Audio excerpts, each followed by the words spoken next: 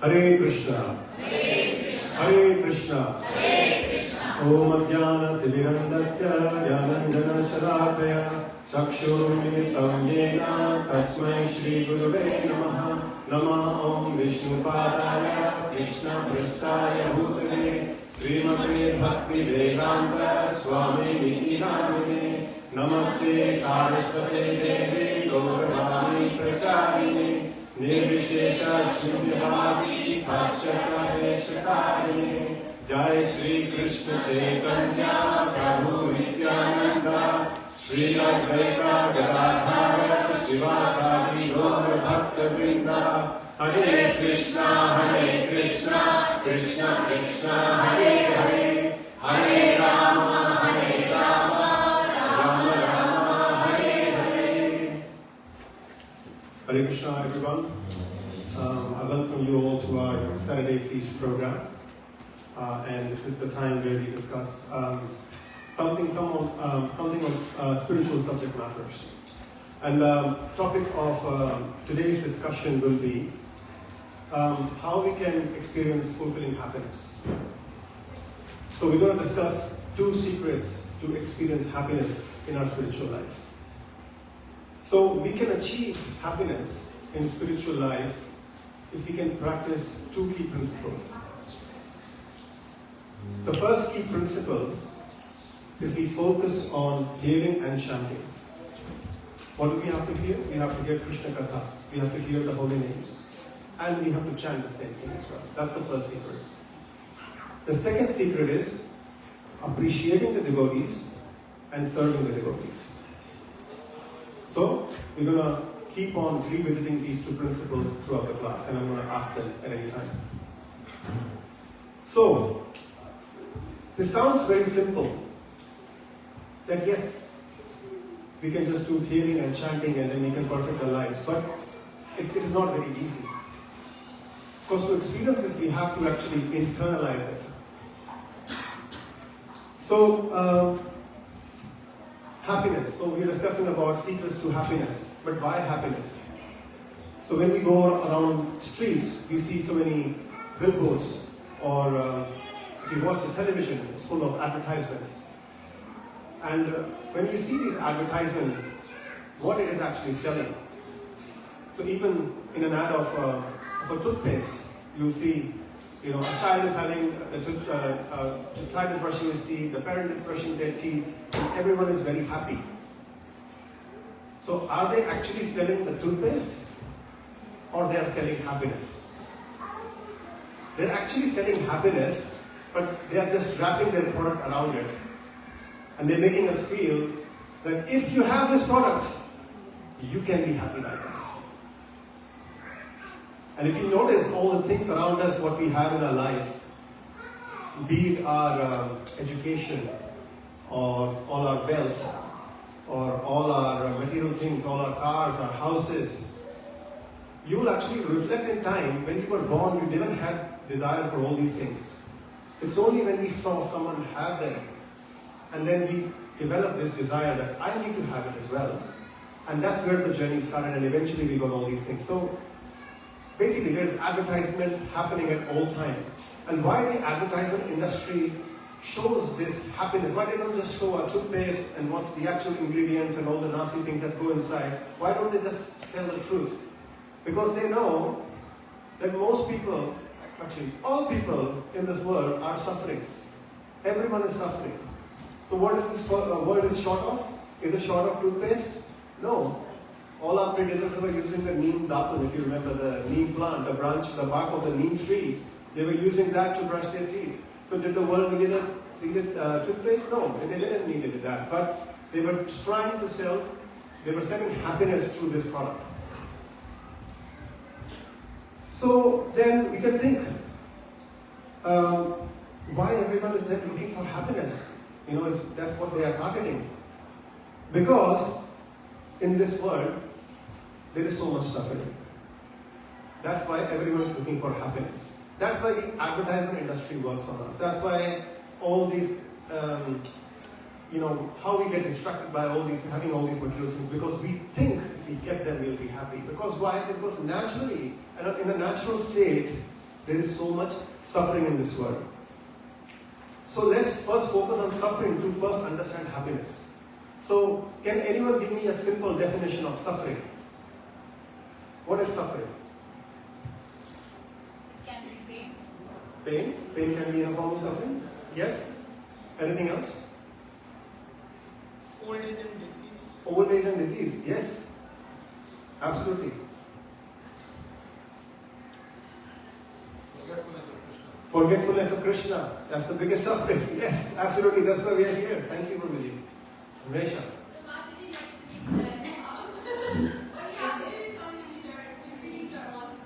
Absolutely right. That's the answer I was looking for actually.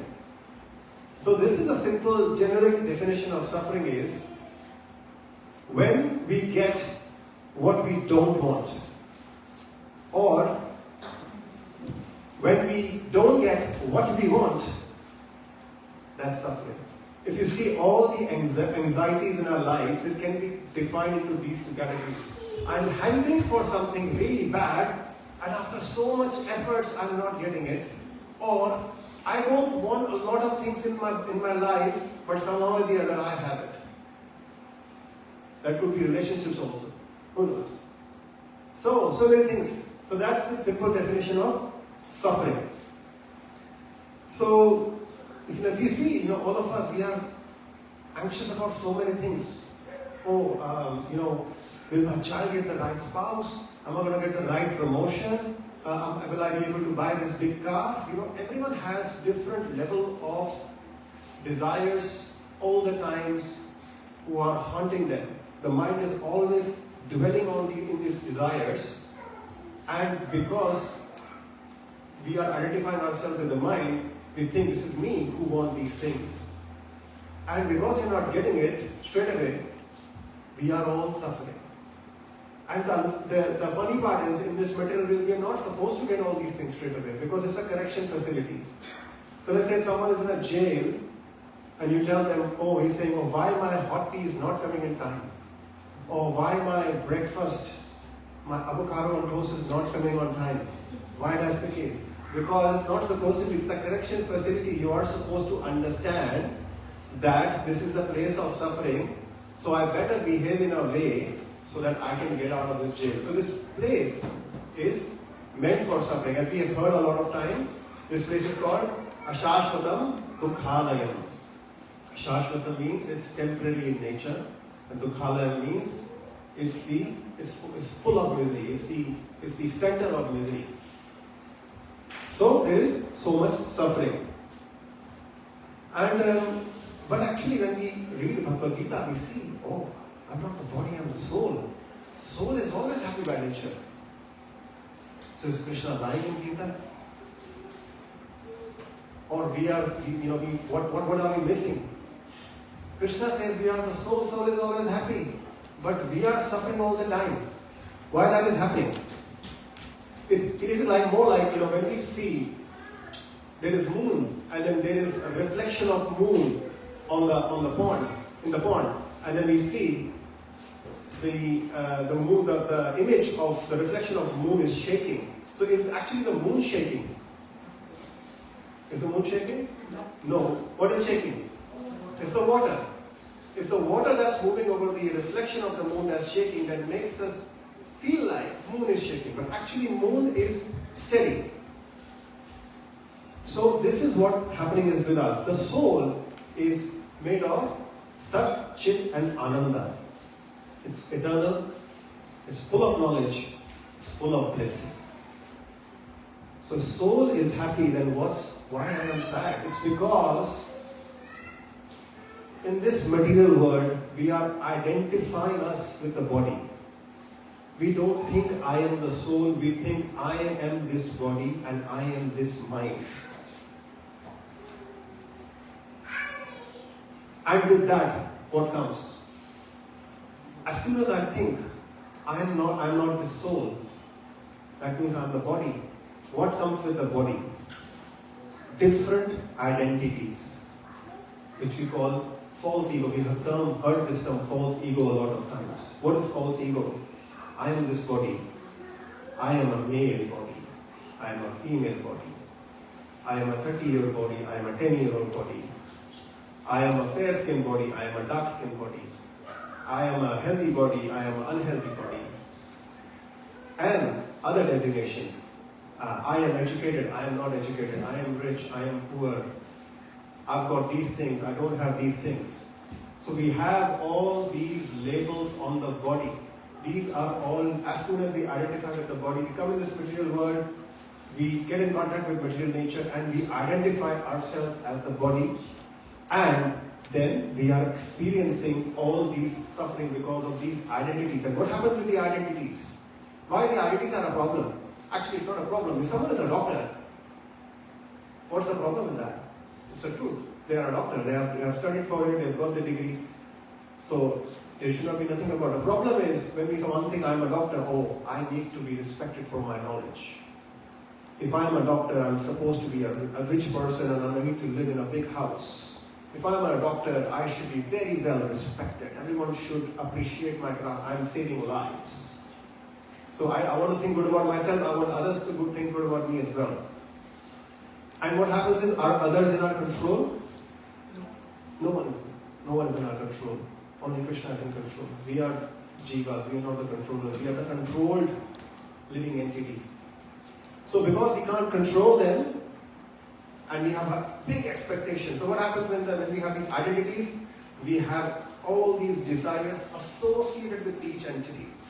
So if each of our entities, then we all have unlimited identities actually, if we look at it. And with each of those identities, we have unlimited desires. And what happens then? We have desires, and then the false ego tells the mind to fulfill these desires. The mind wants to fulfill the ego because it's subservient to the false ego. Because of the ego, mind is taking us all around. It's taking us to a roller coaster. All the thoughts that come to our mind is a symptom of our identity. And then we further discuss what happens, with intelligence as well. So, what is the problem of identifying with the body? So the body goes through, Prabhu very nicely mentioned, birth, death, old age and disease. So we have this body, the body is going through birth, death, old age, disease. And if we are identifying with the body, we're going to think, oh, I'm miserable because I have to go through birth, death, old age, disease. So in what Krishna says, very popular verse in 2:13, Dehinosmin yata dehi kaumaram yoganam jara tata dehantara prapte dhiras tatra namuyati. So Krishna says that an embodied soul continuously passes from body, in this body, from boyhood to youth to old age. Similarly, the soul passes into another body at death. And a sober person is not bewildered by such a change. So everyone is bewildered by such a change. Why is this happening to me? Why am I getting old? Why my skin is becoming rough? I am losing my hair. What's happening? But a sober person, a dhira tatra namuyati. Who is dhira? So Prabhupada very nicely explains in the purport who is dhira. A man who has perfect knowledge of constitution of the individual soul, the super soul, which is the Lord, and the nature, both material and spiritual. That person is called a dhira. A dhira is not bewildered by such a change. So if we are bewildered, first thing to understand our symptom is we are not dhira. We are trying to be dhira. At the moment we are not. I'm sorry I'm putting you in my category. Maybe there are some advanced devotees of course.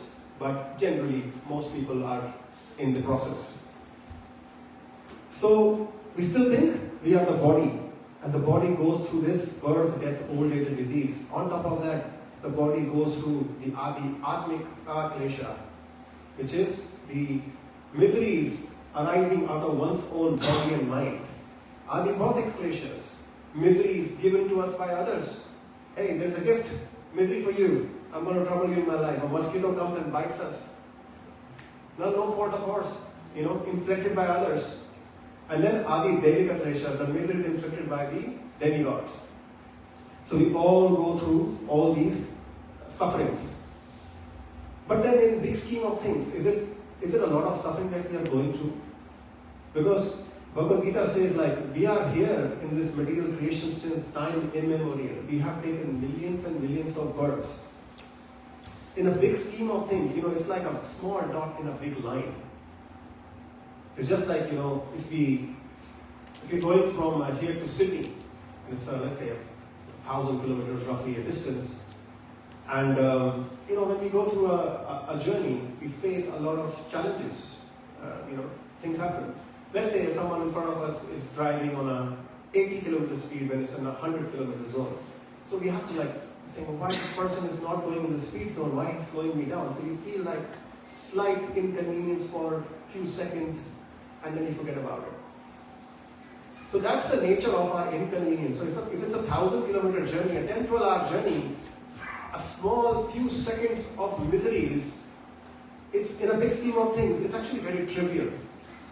And that is the nature of the sufferings we are experiencing in this current birth. We have taken births in millions and millions of lives, in millions and millions of species. And this is just one birth, which is and all the sufferings are at the forefront of our mind all the time. But in a big scheme of things, in our existence, it's a dot on a line. So once Alexander the Great, he came to India, and then he went to the hut of a sage, and he entered it. And he was surprised, and he asked the sage, "Oh sage, how are you living in these conditions? There is no furniture. There is no proper cooking facility. How are you living there?" So sage smiled at Alexander and replied back, saying, "I see you. You are also not carrying any furniture. You are also not carrying many luxuries. So what's the difference?" That there is a difference. He said, "What's the difference?" So Alexander says, "I am traveling. I am on a journey." So sage smiled and responded, "Well, I am also on a journey." So this actually had a profound impact on Alexander when he heard those words. And then that changed, that made him understand there's more to life. So, and we see there are two extremes. You say, okay, why I am suffering, then who is not suffering?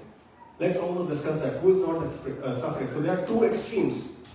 So people who are self-realized, who are Hare, who are Paramhansas, who actually see the one as a soul and everyone else as a soul, a living entity as well, they do not suffer. On the other hand, one who is totally materially engrossed, who wants to enjoy every drop of energy for sense gratification, for sense enjoyment in this world, that person also doesn't experience suffering. In one sense, that person becomes desensitized, he's not even sensitive to what's the real purpose of human lives. Because they're so much engrossed in enjoying it. They want to use every ounce of energy, every penny, every time, every second they have in just their enjoyment or the enjoyment of their surroundings. So these are the two people who don't basically experience suffering. Eventually the person who's doing sense enjoyment will face suffering because birth, death, old age and disease doesn't leave anyone. Same with the Adi Devi glaciers and all the other glaciers we discussed about.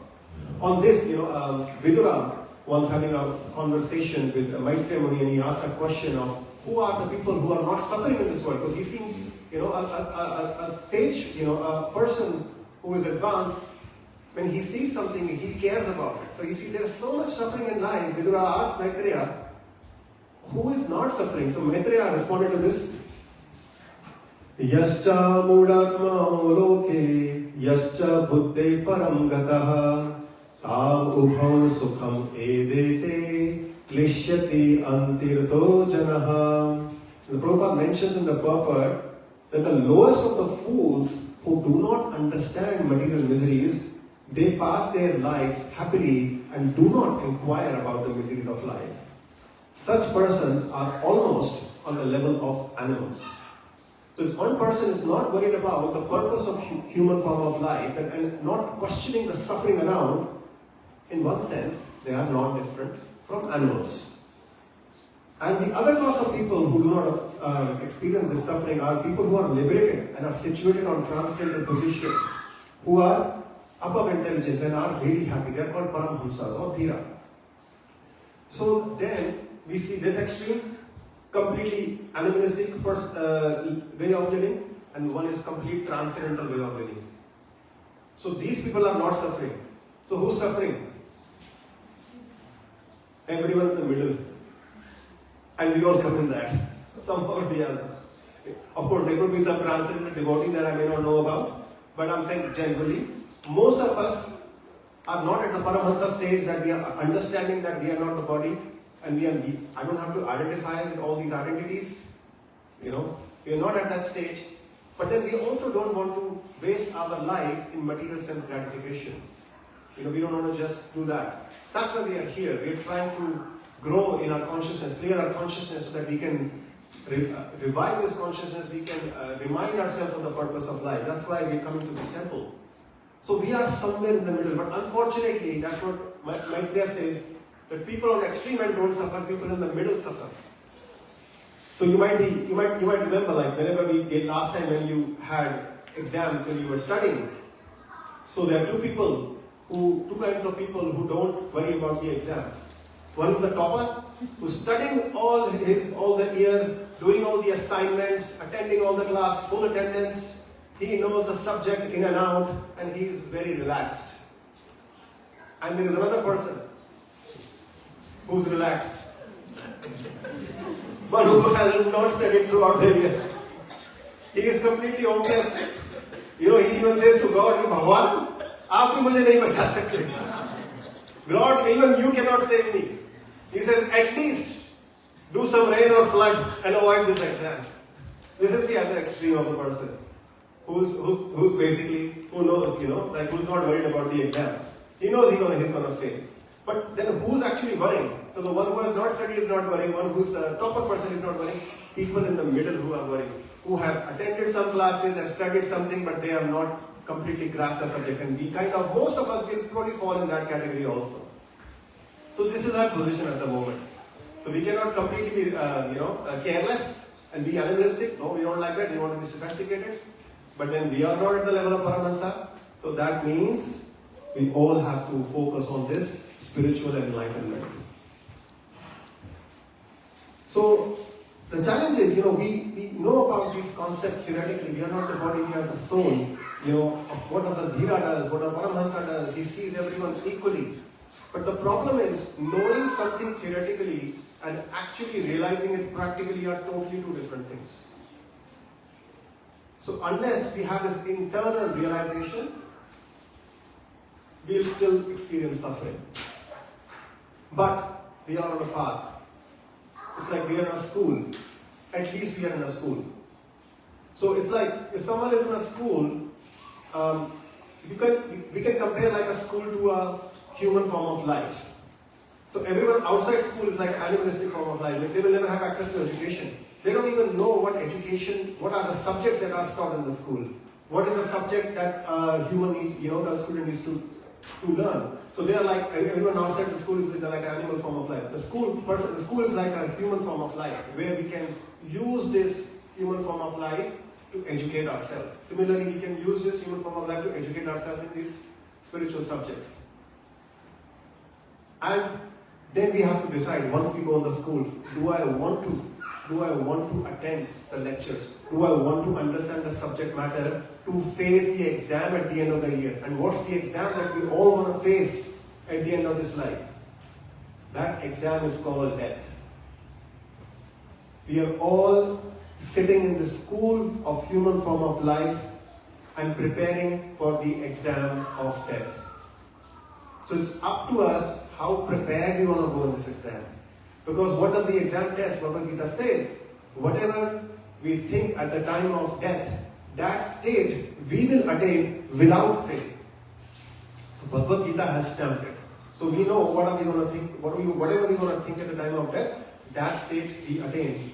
We've heard this example of Bharat Maharaj, how he was a Paramahansa, such an elevated soul, but he developed some love for a deer who was drowning in the river, in the forest, and he tried to save it.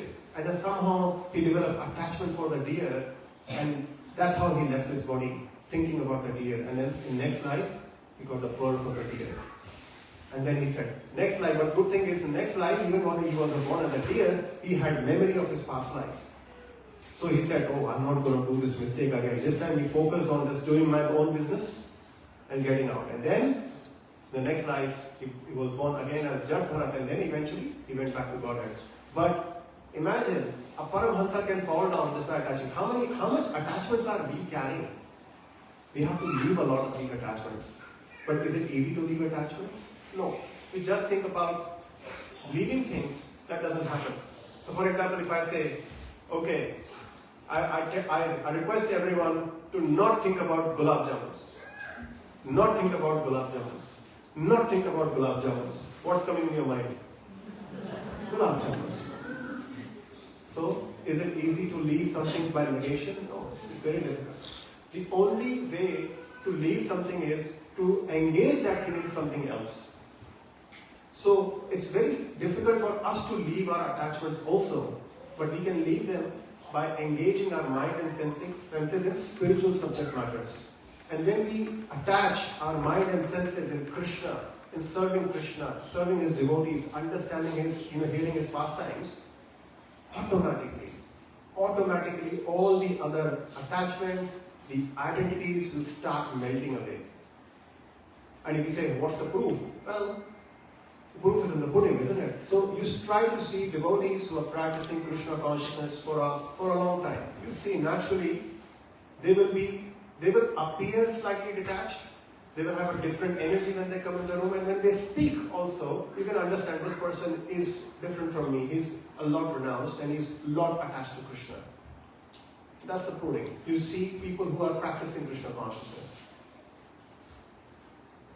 So, another shloka which Vidura says on a similar subject matter is Ashesha Sanklesha Shamam Vidhatte Gunanuvada Shravanam Murare Kimba Punastach Charanaravinda Paraga Sevaratiratma Labdha.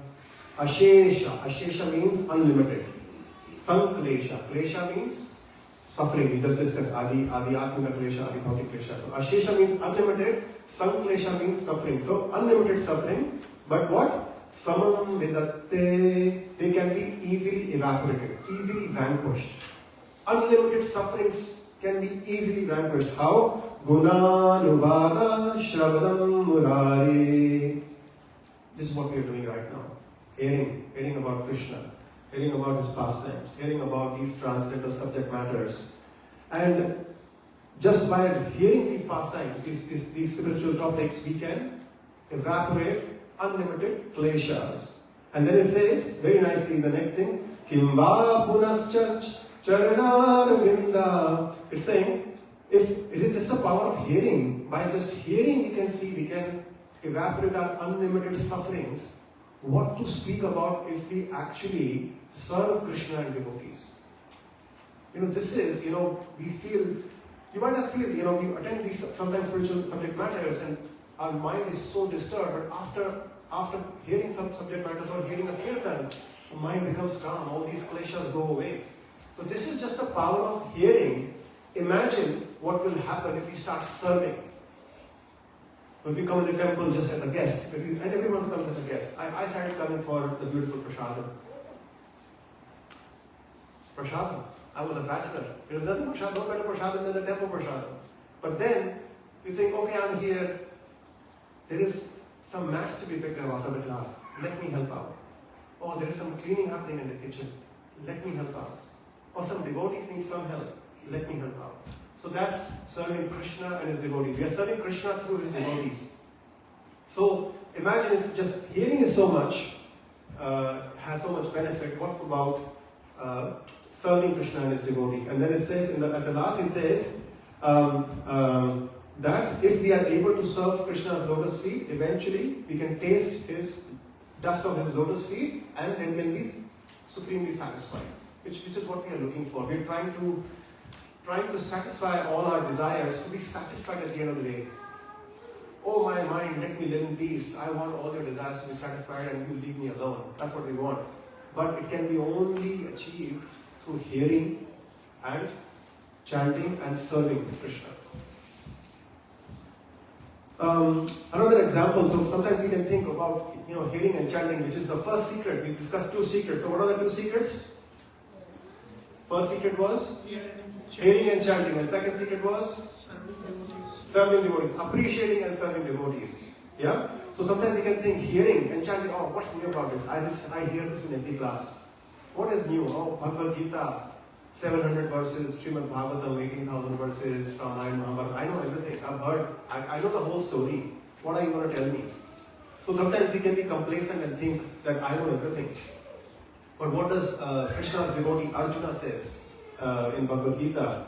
So Krishna showed his Virat Rupa to Arjuna. And Arjuna is saying, Krishna, I am amazed, I am completely bewildered by looking at this Virat Rupa. We are actually discussing this in our daily morning Srimad Bhagavatam as well, the universal form of the Lord, Virat Rupa. So Arjuna is saying, I am getting completely amazed and bewildered. You have unlimited hands, you have unlimited eyes, unlimited arms, unlimited faces. And even then, I cannot even see where it's starting from, what's the middle and what's the end of this form. It's like it was scaring Arjuna. He was not able to assimilate what he was seeing. And who's saying this? Arjuna. So let's first qualify. Is it a normal person saying this? This is Arjuna saying it. And what's the qualification of Arjuna? First, Arjuna, like we are hearing about Bhagavad Gita, which happened 5,000 years ago. Arjuna was present there. He was hearing it live from Arjuna. It was spoken to him. So he should have the most profound impact of Bhagavad Gita, in one sense. So he was present there. Secondly, Arjuna was a friend and devotee of Krishna. He was a friend. It's a very, very exalted position. Imagine being friend of Krishna. Being friend of Krishna is a very high position. He was friend of Krishna. And thirdly, actually Krishna gave him transcendental eyes that he could see that Virat Rupa. That's why not everyone was on the Kurukshetra battle was able to see that form. So we made sure that Arjuna is a very qualified person because of these 3 things. And that person is saying, I cannot understand you, Krishna. So who are we to say, Krishna, I know Srimad Bhagavatam, I know Bhagavad Gita, and I know the Ramayana, and I know the Mahabharata. We are bewildered. That's why we are saying this. Because if you see these spiritual subject matters, even if you hear Bhagavad Gita from a person who's giving a lecture, next time even if you hear the lecture from the same person on the same verse, that person will have a completely different realization. And it will have also a completely, and even if he says the same thing, it will have a different impact on you. Because these spiritual matters are unlimited. They are unlimited. You cannot understand it all. Why they are unlimited? Because Krishna is unlimited. His pastimes are unlimited. So it's not possible to understand it all. But we can try to understand more and more because we know this is our secret to our happiness. Hearing and chanting. That's what's going to get us out of this material world. These are the first 2 processes of bhakti, of devotional service. Shravanam and Kirtanam. So, we need to always be enthusiastic about hearing these subject matters, not think about I know everything. Actually, we don't know anything. Not even a small, minute particle of knowledge we know. So we should always be hearing more. There's a very nice example on this. Once a child told his grandfather, saying, Grandfather, you took me to temple to hear Bhagavad Gita and since I was really young. Now I've grown old. But I don't remember a single thing. I don't remember any verses. What's the value of you taking me to all this temple? We just wasted our time. So grandfather says, okay, you see this bucket of coal. Back in the day, they used to use coal, and the coal used to be carried in a bucket which had holes. He said, take this bucket, coal bucket, and fetch some water from the river. He said, well, it's not going to work. The bucket has holes. He said, no, you fetch some water from the river. So he went there, filled up the bucket, came back, there was no water. He said, see, I told you, this is not going to work. He said, okay, do one thing, try again. So he again went, got some water, but by the time he came back, all the water leak away.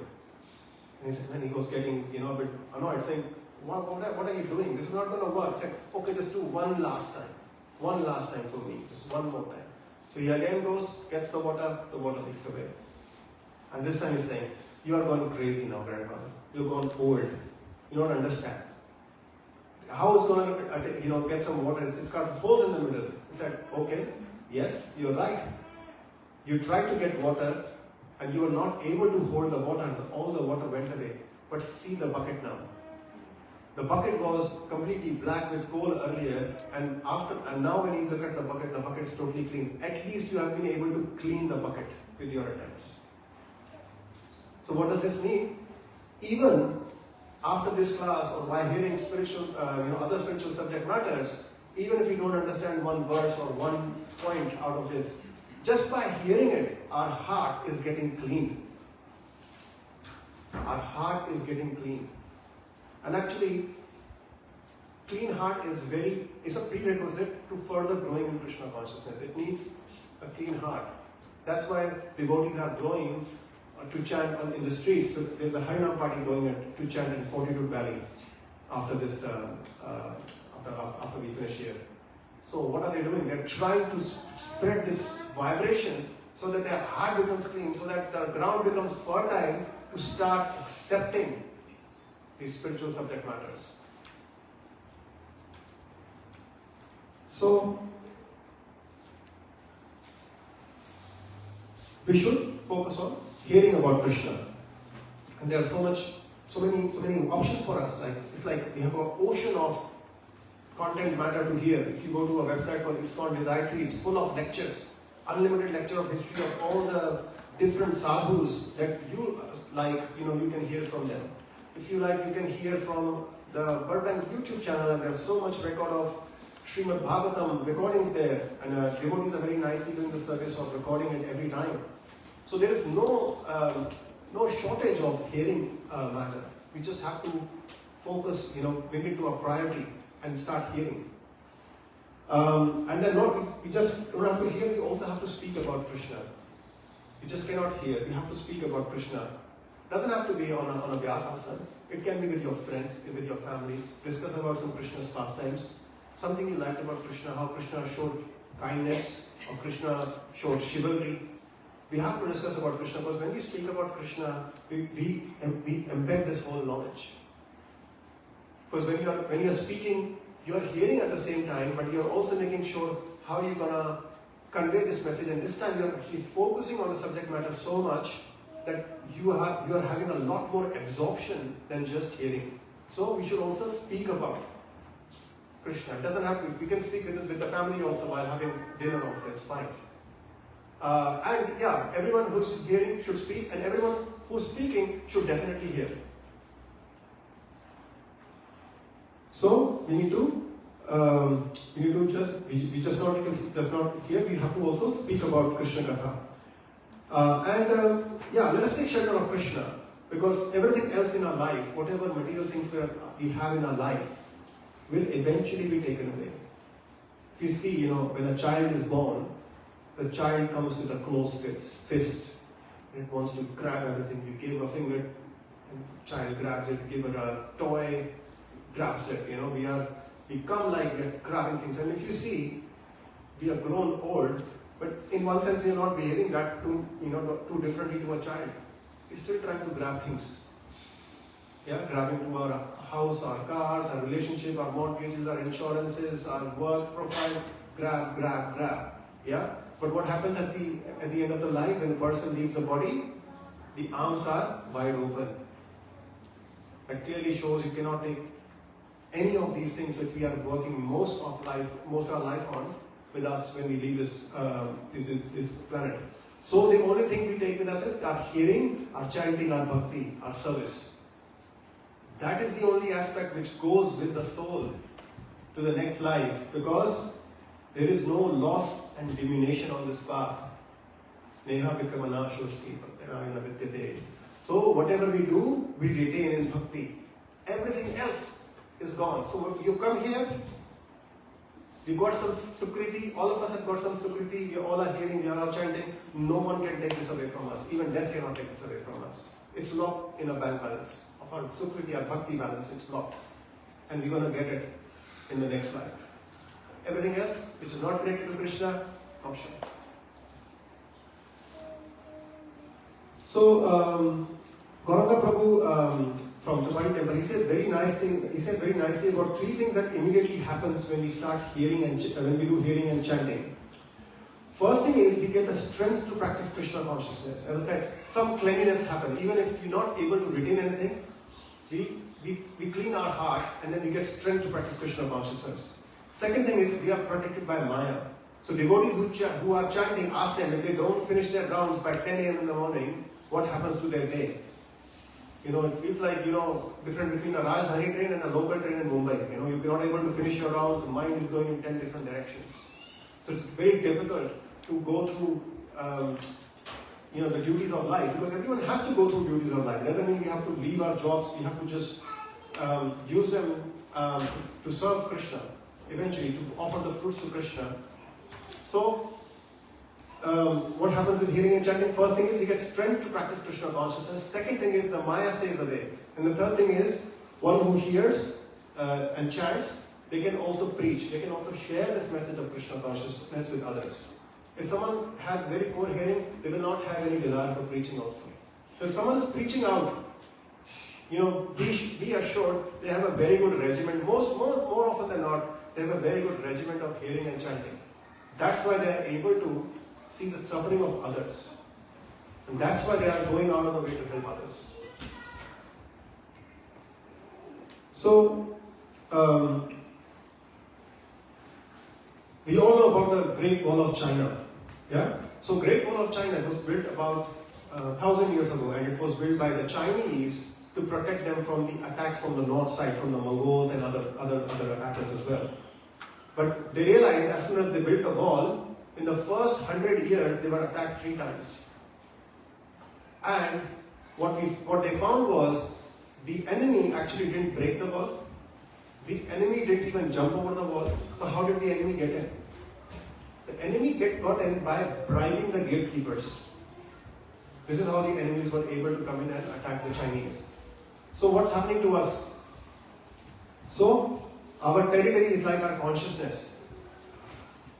Our country is like our consciousness. And this gatekeeper is our intelligence. And what happens is, Maya Devi bribes the intelligence and comes in. Why? Because the intelligence is corrupted. Intelligence is corrupt. That's why Maya Devi is able to come and bewilder us all the time. Sometimes devotees say, intelligence is higher than the mind. Bhagavad Gita says, intelligence is higher than the mind. So, senses, higher than the senses is the mind, higher than the mind is the intelligence, and higher than the intelligence is the ego. So we say intelligence is higher than the mind. But when Krishna is saying the intelligence is higher than the mind, he's talking about spiritual intelligence. Do we have spiritual intelligence? What we'll find is most of us are struggling with the material intelligence. And what's the symptom of material intelligence? This material intelligence, because it's corrupted, the Maya Devi has come in, and basically this mind is completely become this master of this intelligence. Mind should be subservient to the intelligence, but mind has become master of intelligence. And what this intelligence is doing, whatever identities we have, the mind is desiring because of I am this person, I desire A, B, C. Then mind is saying to intelligence, you go and work out a plan how I'm going to get this A, B, C. And so mind is always thinking about this, intelligence is planning about it, and then the body is doing action to get those desires. So, more often than not, most times we have material intelligence, unless we go to the spiritual intelligence. And how we can go to the spiritual intelligence? By hearing and chanting. This is the first secret. Unless we boost our spiritual intelligence, we are not able to control the mind. Mind will always be making us go everywhere. By sitting here, they said we get around 60,000 thoughts in a day. How many of those thoughts are of Krishna? I have very few, honestly. Not sure about you.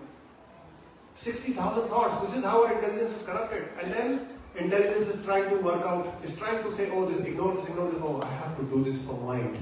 Otherwise, mind won't let me live. I have to fulfill this desire now. So we have to boost our spiritual intelligence. Because when we boost, then we can tell the mind, no mind, the purpose of life is not this. The purpose of human life is to realize Krishna, is to render service to Him, and whatever you are telling me is going to take me away from Krishna. So I'm not going to do this. Because Bhagavad Gita says this, or Srimad Bhagavatam says this, or Vaishnava says this. So we need to boost our spiritual intelligence so that we can deal with this material nature properly. We can deal with material energy properly. So there was an example. There was once a boy found a genie. And the genie said, okay, master, what can I do for you? So genie said, so the boy said, oh, build me a palace. So the genie built a palace. And genie said, okay, what's next? Oh, give me a big car. So genie gave the big car. What's next? Said, oh, okay, just relax. I'm happy now. Said, no. You have to give me orders. You have to keep me engaged. Otherwise, I'm going to eat you up. So the boy got scared. Oh, what kind of genie I have unlocked now? So they're saying, so okay, genie, just clean the whole palace. Okay, 1 second, cleaned everything. Okay, genie, put a road in front of my house. Oh, done. So he got now scared, like I'm in trouble because I now want to relax. I'm tired. This genie is making me work now, give him work. That reminds me of the maids in India. You need like a mother to manage the maids. They're all just keep them engaged. A big problem in India to manage the maids. So this is like a genie. Give me something. Khane mein kya banega? So genie is saying, give me something, give me some work. So the boy thought, an intelligent thought, okay. Then he said, okay, bring a ladder. So genie brought the ladder. He said, go towards the roof of the ladder. So the genie went to the roof of the ladder. He said, okay, come down again. Genie come down. He said, okay, now go back and come down. Go back and come down until I stop you. So that's what the genie was doing. So this is how the boy got rid of the genie problem. So who is this genie? This genie is our mind. This genie is our mind. And it's causing all sorts of havoc in our mind. I'm going to eat you up unless you do this. And so we need to make this mind, this genie go up and down. So what up and down we need to make it go through? By chanting Hare Krishna on the beads. Do the beads one round, turn around, and do the beads other round. Turn around, do the beads another round.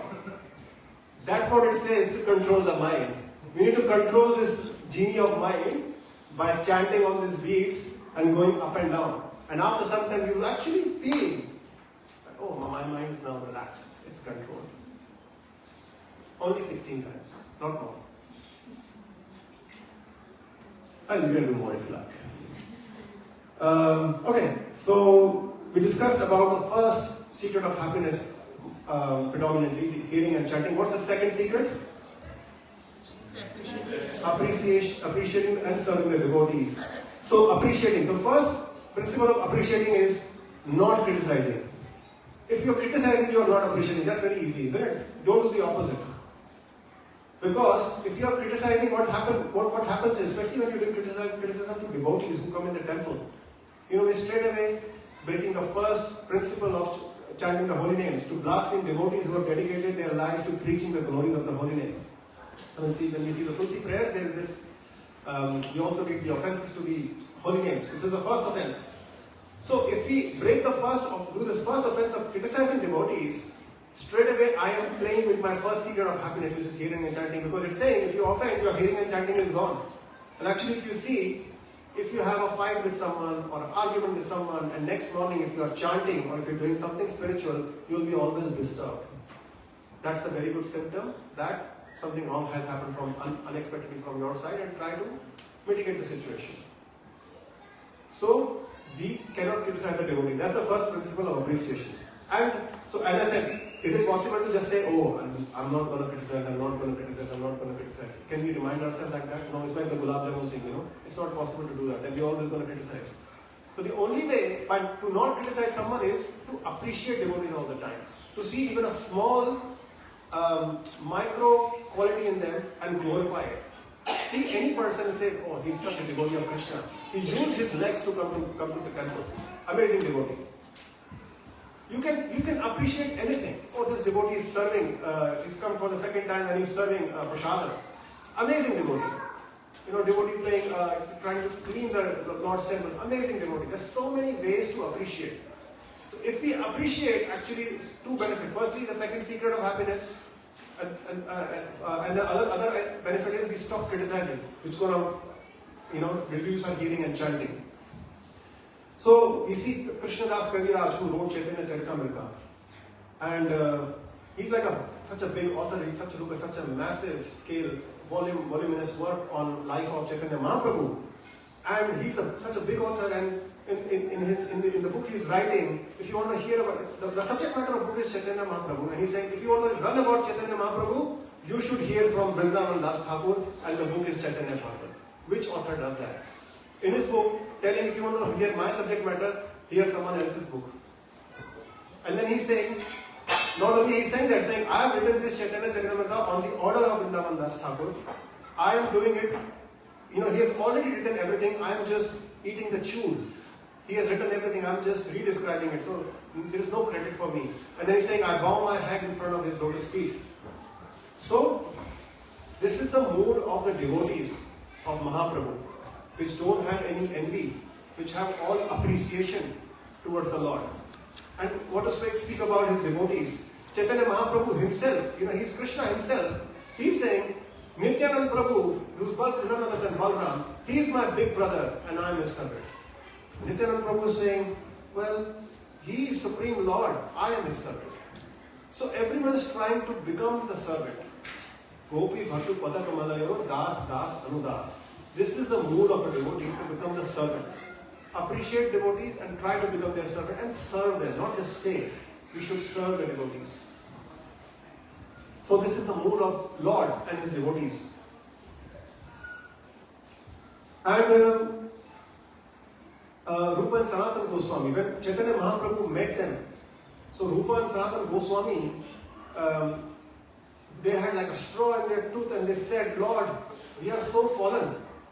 We don't have any qualities. We are coming from a Nicha Jati. We have association of Nicha people. We are surrounded by all these fallen things. But yet you are giving us your mercy. So when Mahaprabhu heard this, he said, actually I am getting melted by your humility. Lord says, I am getting melted. This Danya is melting me. Lord is saying.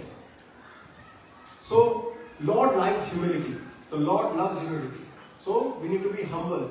Not think I've done so much service, I should be appreciated. No, we have not done anything, Lord. We have wasted our life. We have wasted our life on all the sense gratification in satisfying these identities, in satisfying these senses. Lord, please engage me in your service. That's the mood we need to carry. But humility, but while they were humble, they were also happy. Because they were happy that they were surrendering to the Lord. It's not the humility in sadness. Sometimes we can become humble, oh, I'm not good for anything, and go in depression. That's not what we want. We are saying we are humble, but at the same time we are saying I'm not deserving anything, but yet I have received this opportunity to practice Krishna consciousness. I have received the opportunity to chant Krishna's holy name, to hear about Krishna Katha, to associate with devotees, and I'm not going to waste this opportunity. I'm not going to waste my human life this time, and I'm going to serve devotees. So this is real humility. Real humility is understanding our fallen position, but also serving. Some devotees say, oh, I cannot give this talk, I'm very fallen. Oh, I cannot do this service, I'm very fallen. That's not good enough. Service means, real humility means following instructions of the seniors, following instructions of the sadhus, of the spiritual master. So this is what we have to aim for. So these were the two things I wanted to focus on. So what were the two things? Two secrets of happiness. The first was hearing and chanting. And second is appreciating the devotees and serving them. Appreciate and serve. Thank you. Hare Krishna. We are running slightly late, but any questions or comments?